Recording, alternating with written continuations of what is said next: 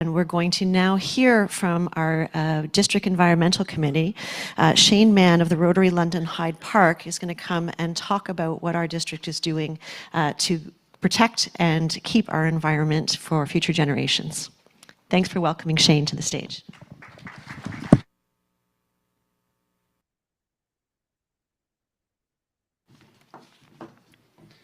Good morning, Rotarians.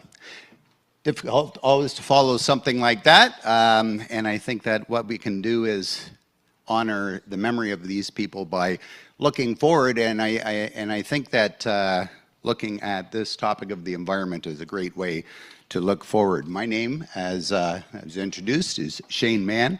I'm fairly recently with the Rotary Club of London Hyde Park, fairly recent to Rotary in about 2019. I joined initially in a club out in Sackville, New Brunswick, lived out east for about 5 years, and moved back to the London area in August of 2023. Okay, let's see if we can make this happen. Okay, so my purpose today is to introduce you to the relatively newly formed District Environment Committee. We've been operating for less than a year, and you will know that it was 2021 that Rotary International made the environment the seventh area of focus. So it was 2020 that Rotary International decided that that would be the case, but it wasn't actually enacted until the beginning of the Rotary year, July 2021. And why is it that this happened? Why is it important? Well, there is, you will know that there are many action groups within Rotary, and one of the very, very active action groups is ESRAG, the Environmental Sustainability Rotary Action Group. And in January of 2020, as they were advocating for the environment to be made the seventh area of focus, they noted that it was absolutely critical for this to happen because of the importance of the environment to sustaining life on Earth. In addition, if we look at the Global Economic Forum, so a think tank of international experts, in surveys, they were asked to rank the most critical issues facing people. And I was here yesterday for one of the speakers, and she was asking asking the crowd for what people felt were the most important issues facing us, and many of these were mentioned. And so you can see in this list that 2 of the top 6 risks are environmental in nature. And if you look at the longer term outlook, those experts actually put 4 of those risks facing us are actually environmental in nature, including severe weather risk, biodiversity loss, as well as shortages of natural resources. Another really important reason that we should be looking very closely at this area is the importance to youth and the fact that we are looking out for future generations in paying attention to our environment. There have been many studies done studies that show that young people really do feel anxiety around climate issues, that it does affect their day-to-day mental health and their outlook in the world. And it is a real thing. If you're not sure about this, talk to some younger people. And as they say, they actually have a term for it, that they refer to this as climate anxiety. Another really important reason for us to look at the environment is that a healthy environment really supports the other 6 areas of focus. As an example, I know that this weekend there's a theme on peace building, and we can just take a look at images on the TV that we've seen. And we know that in areas of conflict, areas like Gaza and Ukraine, if you look at the images coming out of that, those are not healthy physical environments. And conversely, some of those issues that were referenced earlier, so severe weather, impacts on resources, those lead to instability, which leads to conflict. And so a healthy environment is important to stability. So much so that even ESREG has hosted a webinar on this topic, the connection between environmental sustainability and peace. We know that Rotary can make a difference, and of course, nothing shows us better than the impact on polio. With 350,000 cases of polio in 1988, and you people know this better than me, being relatively new to Rotary, but the impact that Rotary has had, such that in 2023, only 12 cases of wild polio. So what types of things are happening around our district as far as what clubs are doing? And many of you in this room can give a lot more detail on many of these projects. But locally, the Stratford Club, planting a pollinator garden on Earth Day in 2024. One of the impacts on the environment that's having a pretty profound impact on natural plants as well as a lot of our crops is that pollinators such as bees, their population is being decimated, and there's a lot of efforts to create pollinator pathways and pollinator gardens. And so we see that Stratford stepped up last year and was involved in planting a pollinator garden. The Rotary Club of Wiarton involved in planting a tiny forest, and in this case what does a tiny forest do is it changes a monoculture lawn into a much more vibrant microhabitat that promotes biodiversity. The Rotary Club of Meaford has 2 trash trap sea bins in the Meaford Harbor. And what this does is, I believe that it actually, as the water is flowing in, particularly from rivers into the harbor, it is actually capturing the garbage that is coming in. It's capturing that, and the club is going out a couple of times a year and is monitoring what is found in those sea bins. And that type of information is used to plan action. And this is part of a larger effort. This isn't just happening in Meaford.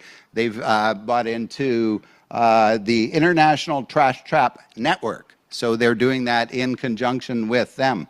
And as well, they're involved in something called Tree Trust US, and what they've done is they've adopted 8 large trees.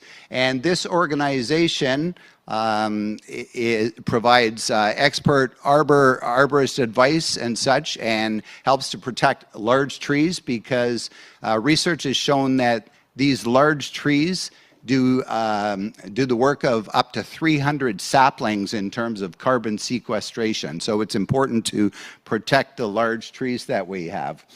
In Grand Bend, there's a Rotarian, Peter Warner, who had a tract of land over 60 acres, and it was really in line for residential development, but he and his wife decided that they would have a different idea for this land, and they bequeathed it to a trust, and it's being protected. And I know that the Rotary Club of Grand Bend had provided a lot of seed money to do the initial work in setting up that trust. And this trust is protecting the land for environmental education and wildlife and nature preservation. I know that next Saturday they actually have an event there, a birding event at the preserve.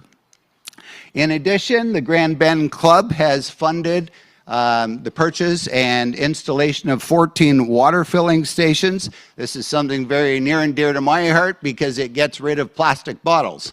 which I'm very happy to see that at this conference that we are actually using real dishes and such, because those plastic bottles, if we can do all that we can to keep them from being produced, because fossil fuels being used in their production, and also keeping them out of landfills. And the great thing about these water filling stations is that they actually have a counter on them. So every time they're used, the counter is actually, it keeps track of how many water bottles it prevents from being used by using a refillable station.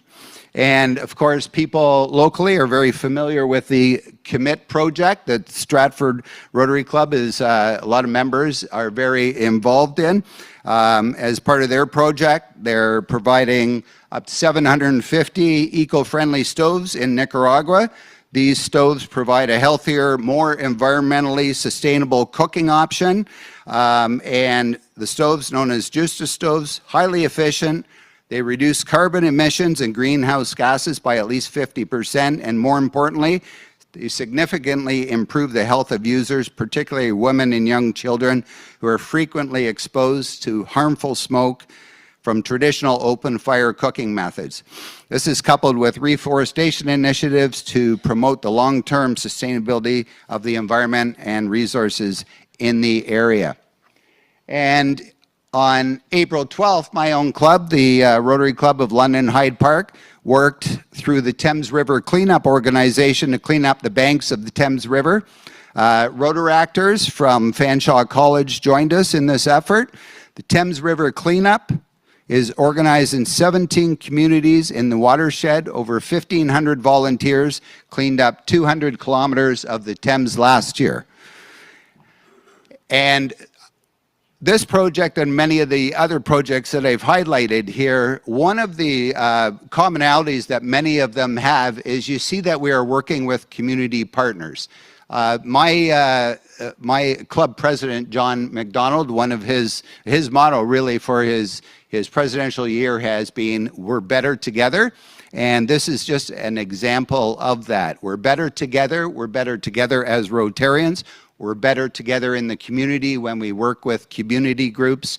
There are so many things that are happening in the community that we don't need to reinvent the wheel, but what we can do is we can put the power of Rotary, couple that with the efforts that community groups are doing, and the benefits, I think, are enormous.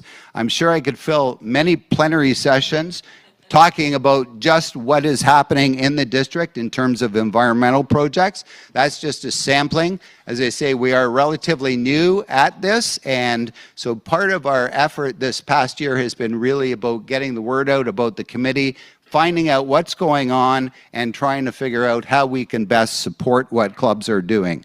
Internationally, though, I just want to mention that there's, incredible things happening internationally. So a lot of projects taking place, often through global grant project funding. For example, in India, a Rotary Club helped funding for the construction of check dams that help to reduce flooding. They also help to increase the percolation of water so that there's greater recharge of local wells. And ESRAG, I had mentioned before, the Environmental Sustainability Action Group. They have, if you go onto their website, just Google ESRAG and it'll take you directly to them. They're a wealth of information, and they give you an idea of all the work internationally that is going on. And if you look at some of their menus, you can see the different areas that they are working on: climate change, pollution, protecting pollinators, shifting toward a circular economy. There's an incredible list of projects that's going on. So what could we do? Well, first and most importantly, positive action is built on a foundation of good information. You can see that Global Economic Forum survey that experts say that the #1 risk facing us is misinformation. And so what we can do, we can combat misinformation by educating ourselves first. The opportunities for education are endless. Go beyond what our social media algorithms are feeding us and seek out good quality information on all sides of an issue. Have speakers come into your clubs. There are limitless experts and organizations that are happy to do this. We can all have impacts as individuals. Add solar panels to your home. Change your gas furnace over to a heat pump. Move to a more plant-based diet. Get involved in community environmental initiatives. The possibilities are endless. We can all have an impact. Some steps that we can take are so simple. For example, we all receive the Rotary magazine monthly as part of our RI dues. You can opt to receive this electronically, which helps to save the trees used to produce it, as well as the energy required to get it to you. It's a simple action, but the cumulative impact of such actions add up. Check the district website to see how you can do that if you haven't already. Encourage your club to get involved in education efforts and in action. Rotarians want to get out and take action. Join in with community organizations that are already undertaking environmental projects or start something up in your area. Become advocates for the environment. Learn about climate change and other issues and engage people in discussions about these issues. Some people's minds won't be changed, but most of us will listen when presented with rational arguments backed up by well thought out arguments and facts. Ask questions of people and encourage them to do the same and listen. One of the most powerful actions that we could take as individuals, according to many environmental advocates, is to write letters to politicians and decision makers. It's at this level that many important society-wide actions will take place to protect the environment. If all that politicians hear from people, if all that politicians hear is from people shooting down policies and actions that protect the environment, that's what they will think that the voting public wants. So what's the role of the district committee in all of this? We see our role as helping to build awareness of environmental issues and to support district Rotarians and clubs in taking positive environmental action. And what have we done so far to assist with this? We have put ourselves out there to come and make presentations, myself as well as many other members of our committee. We do have a very active group of committee members willing to do this, and we're hoping that down the road each club will invite us in to present about the efforts of the environmental committee and how we can support. We have a web page that's on the district website, and it has several links within that website. You can go into the programs and find the environment there, and you can go in and find links there. You can find some eco minutes, which we're asking that people can maybe just present very short snippets of information at their club to encourage the club members to become more aware about environmental issues. One of the things that we are hoping to do, a couple weeks ago, we held our first webinar, and we're hoping to do more of these on particular environmental topics. So this one was on eating healthier and eating a more plant-rich diet, which is one of the actions, one of the most powerful actions that an individual can take to reduce the impact of an individual on climate change. So we held that. It was very successful, and we're hoping to do more of these webinars in the future. We would love to hear from you. We want to create dialogue with Rotarians within the district and with clubs. We want to hear what you're doing. We want to be able to connect clubs that are doing similar things so that they can support each other. We want to provide resources to clubs to support them in what they're doing. And so we'd love to have that dialogue. We're hoping to have an environmental liaison person in each club just so that the information can flow between us and the club. And if anybody is interested in getting information about the Environment Committee or is interested in joining our effort, then there's Doug's contact information, the chair. And oh, that's the first time I've seen that sign. Time is up. So I'm sorry, I don't know how long you've been holding it up. So, okay, and I notice our MC is getting much closer. So, but everyone's being so polite, but I'm looking for the big cane. But there is a side, we have an information table over on the side, and we have a sheet of paper there. You can sign up there with your email. We'd love to hear from you. Thank you very much.